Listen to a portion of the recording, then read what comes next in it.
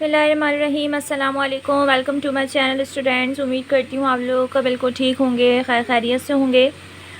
तो स्टूडेंट्स, आज का जो टॉपिक है हमारे पास वो है कॉम्प्लेक्स नंबर। क्लास 9 मैथ्स की बुक न्यू सिलेबस के अकॉर्डिंग हमारे पास जो टॉपिक है वो कॉम्प्लेक्स नंबर है। हम स्टार्ट कर लेते हैं।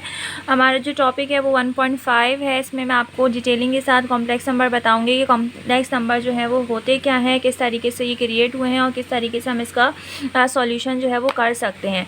ठीक है, लेकिन उससे पहले मेरे चैनल को ज़रूर लाइक और सब्सक्राइब कीजिएगा ताकि आपको आगे की तमाम एक्सरसाइज के सॉल्यूशन जो है वो बहुत आसानी से मिल सकें।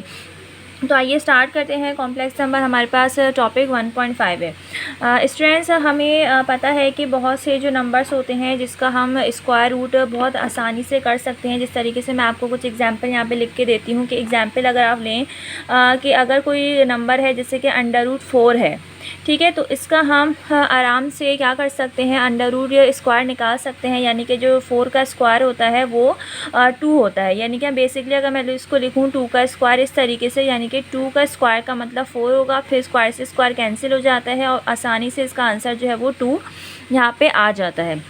ठीक है स्टूडेंट्स, बहुत से ऐसे नंबर्स होते हैं जिसका स्क्वायर रूट बिल्कुल भी नहीं होता। जिस तरीके के कोई नंबर 5 आप ले लीजिए कि 5 जो है वो एक प्राइम नंबर है और 5 का जो वो है अंडर रूट है वो नहीं होता, तो इसका आंसर हम √5 ही मेंशन कर देते हैं।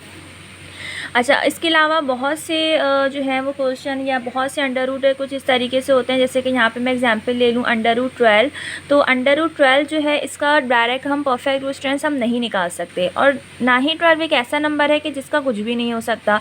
12 जो है वो एक सेंटर का नंबर है, यानी कि हम इसको ब्रेक कर सकते हैं। तो मैं ब्रेक इसको किस तरह कर लूँगी, 4 × 4 3 12 हो जाएगा, फिर 4 का √2 और फिर ये √3 आ जाते हैं। ठीक है स्टूडेंट्स, तो ये हमारे पास कुछ नंबर इस तरीके से होते हैं। लेकिन जो है मैथ्स के अकॉर्डिंग अब जो नए नंबर्स क्रिएट हुए हैं वो इस तरीके से भी हो सकता है कि भाई अगर कि फ़र्ज़ करें एक अंडर रूट के अंदर माइनस में वैल्यू आ जाए। ऐसा पॉसिबल है कि अंडर रूट के अंदर माइनस में भी तो वैल्यू आ सकती है। तो अब इस माइनस का हम क्या करें, ठीक है, तो इस माइनस को हम क्या कर सकते हैं कि अगर मैं इसको इस तरीके से लिख लूँ कि मैं इस 16 में से -1 अलग कर देती हूँ और ये 16 मैंने अलग कर दिया इस तरीके से। ठीक है, तो नाउ ये जो -1 आपका अंडर रूट के अंदर आया है ये कहलाता है एक इमेजनरी नंबर, एक तसव्वुराती नंबर। क्योंकि पहले इस तरीके से नहीं सोचा गया कि अंडर रूट के अंदर भी जो है वो माइनस की वैल्यू आ सकती है। लेकिन हाँ, ऐसा हो सकता है कि अंडर रूट के अंदर भी आपकी माइनस की वैल्यू आ जाए। तो जब आपके पास अंडर रूट के अंदर माइनस की वैल्यू आ जाती है तो फिर वो क्या करती है, वो -1 कहलाती है। और -1 जो है वो एक हमारा इमेजनरी नंबर जिसको हमने रिप्रेजेंट किया है यहाँ पे आयोटा से।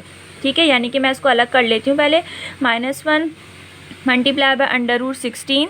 ठीक है, और अंडर रूट 16 का तो √4 हो गया। लेकिन ये जो -1 है स्टूडेंट्स, इस -1 को हम क्या रिप्रेजेंट कर लेंगे, इस माइनस को हम रिप्रेजेंट कर लेते हैं आयोटा। ठीक है, आयोटा जब हमने इसको रिप्रेजेंट किया यानी कि एक इमेजनरी नंबर कहलाता है। आई रिप्रेजेंट करता है इमेजनरी नंबर से, जिसको हम रिप्रेजेंट करते हैं आयोटा। यानी कि आयोटा की वैल्यू जो है वो क्या कहलाती है, -1 कहलाती है। तो यही चीज़ हमारी कहलाती है इमेजनरी नंबर और इसी को हम कहते हैं कॉम्प्लेक्स नंबर।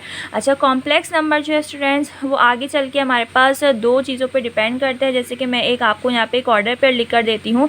ऑर्डर पेयर जब हम करते थे तो यहाँ पे एक हमारे पास ए की वैल्यू होती थी और एक हमारे पास बी की वैल्यू होती थी। ये कहलाता है हमारा ऑर्डर पेयर।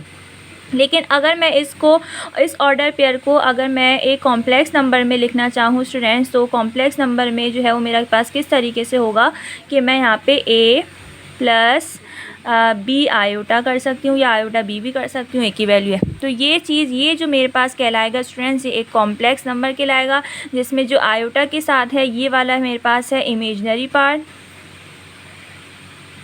ये है मेरे पास एक इमेजनरी पार्ट और ये वाला हाथ जो है वो मेरे पास है एक रियल पार्ट। यानी कि मेरी जो वैल्यू है यहाँ पे ए और बी जो होंगे वो कोई नंबर्स होंगे। जिस तरीके से हमारे पास ये चीज़ पूरी कहलाती है एक कॉम्प्लेक्स नंबर। और जो आई है हमारे पास दैट इज़ कॉल्ड आयोटा, और ये आई वाला पार्ट जो कहलाता है हमारे पास ये इमेजनरी पार्ट कहलाता है स्टूडेंट, और ये कहलाता है हमारे पास एक रियल पार्ट।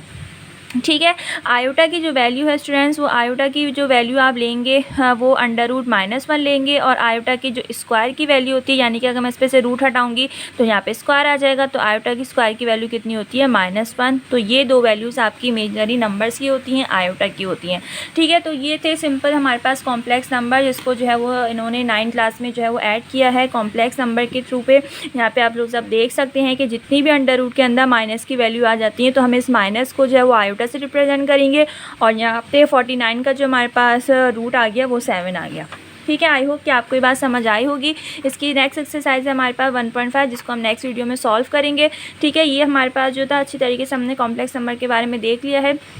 इंशाल्लाह आप इसकी डिटेलिंग जो है वो बुक में पढ़िएगा तो आपको और भी अच्छी तरीके से समझ आ जाएगा। मेरे चैनल को ज़रूर लाइक और सब्सक्राइब कीजिएगा, और दुआ में ज़रूर याद रखिएगा। जब तक के लिए अल्लाह हाफिज़।